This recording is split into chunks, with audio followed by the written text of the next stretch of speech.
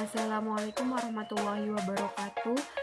Perkenalkan, nama saya Leli Ervi Setiawati, NPM 2216051045 dari kelas D. Di sini saya akan menjelaskan rangkuman bab 2 eksistensi makhluk hidup di hadapan Sang Kholik. Allah telah memberikan potensi akal kepada manusia untuk memahami sesuatu.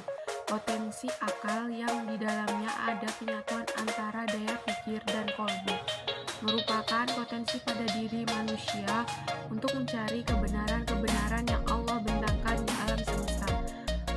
Hakikat alam semesta. Pada awal abad 17, para ilmuwan menyimpulkan bahwa jagat raya ini luas, tak terbatas.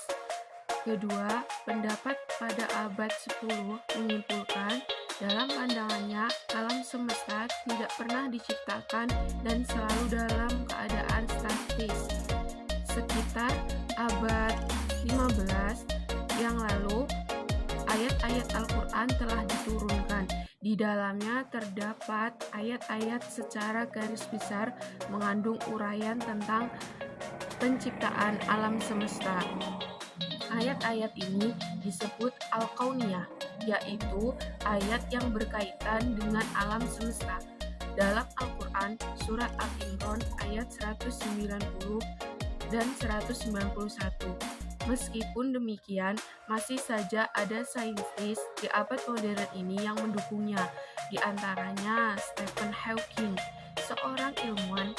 Ia berkata bahwa tidak ada tempat untuk Tuhan bagi teori pencipta alam semesta.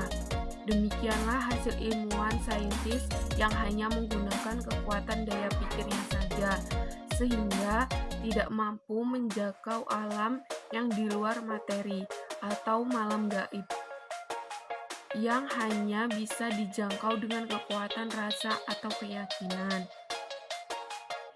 Yang B, proses keajaiban alam semesta. Proses keajaiban alam semesta. Air makhluk pertama. Allah Subhanahu wa Ta'ala tidak menciptakan sesuatu apapun sebelum Ia menciptakan air. Berdasarkan firman Allah dalam Al-Quran surat Al-Anbiya ayat 30. Air merupakan makhluk yang pertama kali Allah ciptakan. Setelah itu baru arsy, kolamul akla, pena agung, lahul mahfuz, langit, dan bumi. Bentahan teori Big Bang. Teori Big Bang adalah teori yang menganggap terciptanya alam dari suatu materi yang terkekang, sehingga meledak dengan ledakan yang dahsyat dan energi besar. Peristiwa ledakan ini disebut dengan Big Bang, ledakan besar. Dalam firman Allah di dalam Al-Quran surat Al-Fussilat ayat 9 dan Al-Quran surat Al-Fussilat ayat 12 yang menjelaskan bahwa penciptaan langit dan bumi bergantian, di mana langit diciptakan 2 hari setelah penciptaan bumi. C. Manusia. Allah Subhanahu wa Ta'ala telah mewahyukan Al-Quran menjadi rahmat dan petunjuk kebenarannya bagi manusia, jasad atau fisik yang indah dan dilengkapi jiwa atau ruh yang menjadikan manusia sebagai makhluk yang sempurna. Manusia adalah makhluk Allah yang paling sempurna jika dibandingkan dengan binatang atau makhluk lainnya. Antara binatang dengan manusia memiliki perbedaan yang besar. Dalam firman Allah surat Al-A'raf ayat 179, kejadian manusia berdasarkan nakal.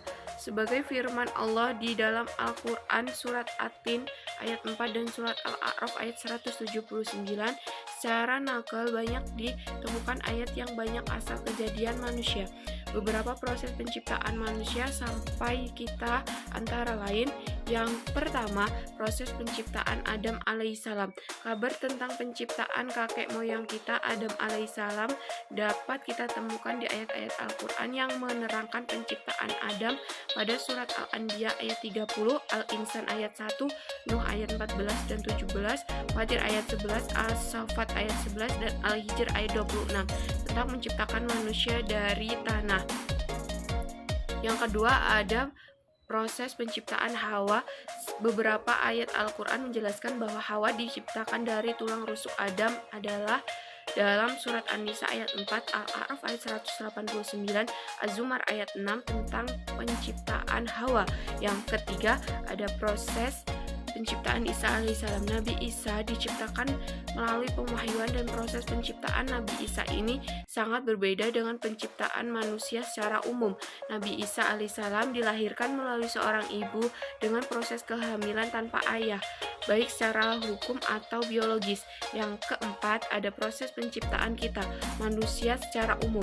Proses penciptaan manusia secara umum terjadi melalui kehamilan dan terjadi dalam lembaga pernikahan. Dijelaskan dalam Al-Quran surat Al-Mu'minun ayat 12-14.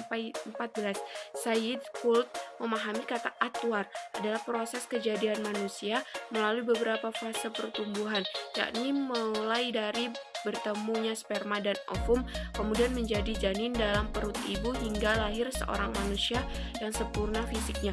Proses kehamilan ini Allah berikan kepada seorang ibu dalam rangka meningkatkan dekat perempuan di sisi Allah Subhanahu wa taala.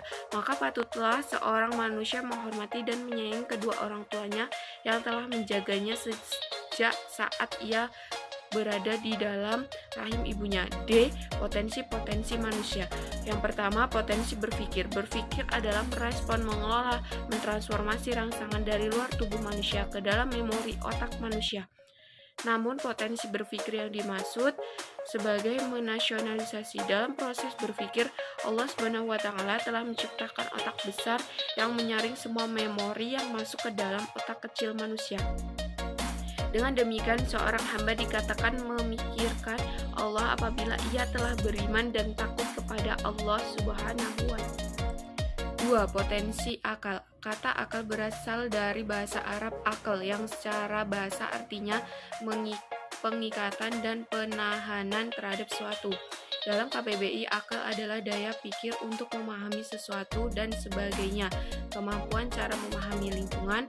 Perlu diketahui kata kolbu manusia selalu benar, karena akal adalah cahaya yang dipancarkan oleh Allah Subhanahu wa taala sebagai tabiat atau naluri.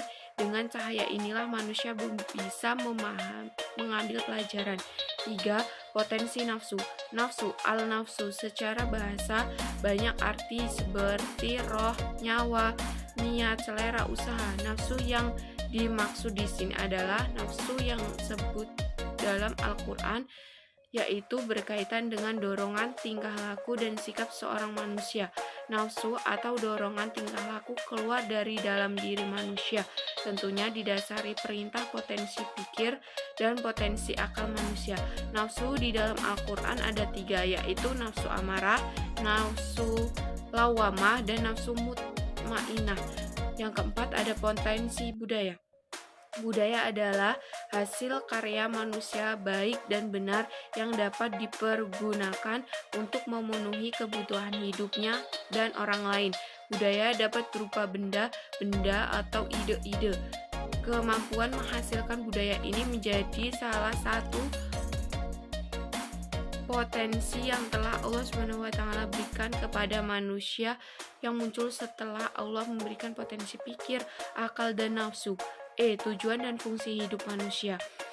Manusia diciptakan Allah Subhanahu wa taala dengan tujuan untuk menjadi khalifah, yaitu sebagai pemimpin atau mendataris Allah Subhanahu wa taala di bumi ini yang akan mengelola dan menjaga bumi ini untuk kemaslahatan umat manusia.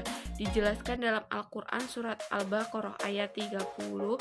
Manusia hendaknya menyadari kedudukan dan potensi-potensi yang telah Allah berikan.